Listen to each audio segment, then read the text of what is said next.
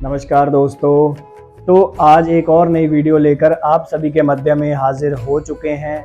तो पिछली कई वीडियोस से हम चर्चा कर रहे हैं कि घर की भिन्न भिन्न दिशाओं में हम क्या क्या बना सकते हैं वास्तुशास्त्र के अकॉर्डिंग। तो आज की वीडियो जो है कि अग्नि कोण यानी कि आग्नेय कोण साउथ ईस्ट, वहाँ पर हम अपने घर में वास्तुशास्त्र के मतों के अनुसार क्या क्या बना सकते हैं।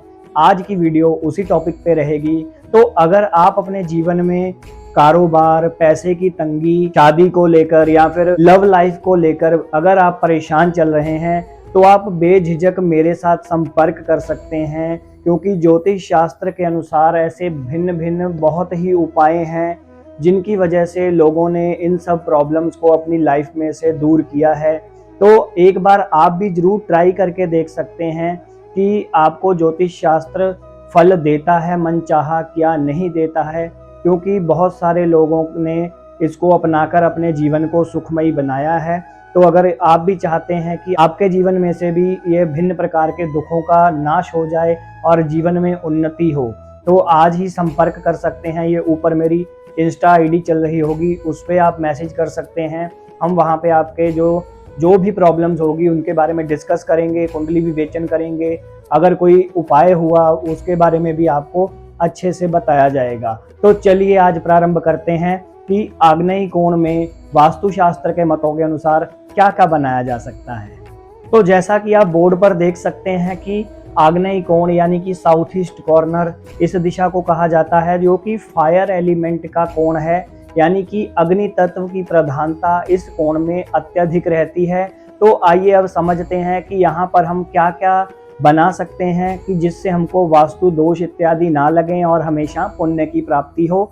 तो पहली चीज जो हमने पिछली वीडियो में भी चर्चा करी है, जो कि षोडश कक्ष वास्तु के ऊपर थी, कि आग्नेय कोण में हमेशा पाकशाला होती थी, यानी कि हमारी रसोई। तो सर्वप्रथम तो एक पहले यही मानता है कि हमको इस कोण में रसोई यानी कि किचन ही बनानी चाहिए, क्योंकि आग्नेय कोण एक अग्नि का स्थान है और हमारे जो घर में हमको रसोई में अग्नि का ही वास होता है। इसीलिए तो अगर बेसिकली तो बहुत ही इम्पोर्टेंट है कि किचन ही हम वहां पर बनाएं। परंतु अगर सुविधा नहीं बन रही है किन्हीं कारणों से, क्योंकि अनेक कारण होते हैं, जब भी हम अपना नया घर डिजाइन करते हैं तो बहुत कुछ देखना पड़ता है। तो अगर तो संभव हो पा रहा है तो उसमें किचन ही बनाएं। अगर नहीं संभव हो रहा तो और क्या क्या हम वहां पे रख सकते हैं या बना सकते हैं, उसके ऊपर चर्चा करते हैं। तो अगली चीज है, क्योंकि अग्नि तत्व का स्थान है तो हमारे घर में जितनी भी इलेक्ट्रिसिटी चलती है वो भी एक अग्नि का ही कारक होता है। तो जो हमारे घर का MCB होता है, यानी कि मेन कंट्रोल बोर्ड, जिससे हमारे घर में पूरी इलेक्ट्रिसिटी सप्लाई होती है, जो मेन हमारा एरिया होता है उसको कहते हैं MCB।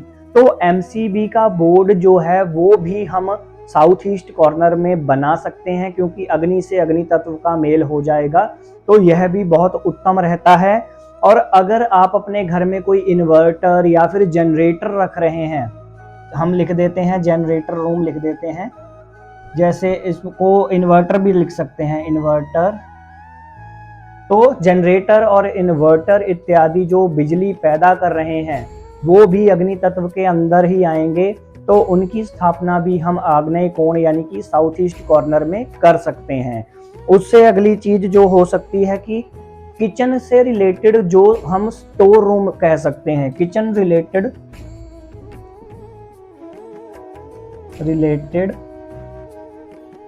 स्टोर रूम कहा जा सकता है, क्योंकि हमारे घर में जो स्टोर रूम तो हम उसको कहते हैं जहां पर हम जो कभी कभी यूज होने वाली चीजों का भंडार रखते हैं, जो हमारा नैऋत्य कोण में होता है। परंतु इस यहाँ पर ऐसा कक्ष बनाया जा सकता है जहाँ पे हम रसोई में डेली यूज होने वाली चीजों को एकत्रित करके एक जगह रखें, तो उसको कहा जा सकता है कि किचन रिलेटेड स्टोर रूम।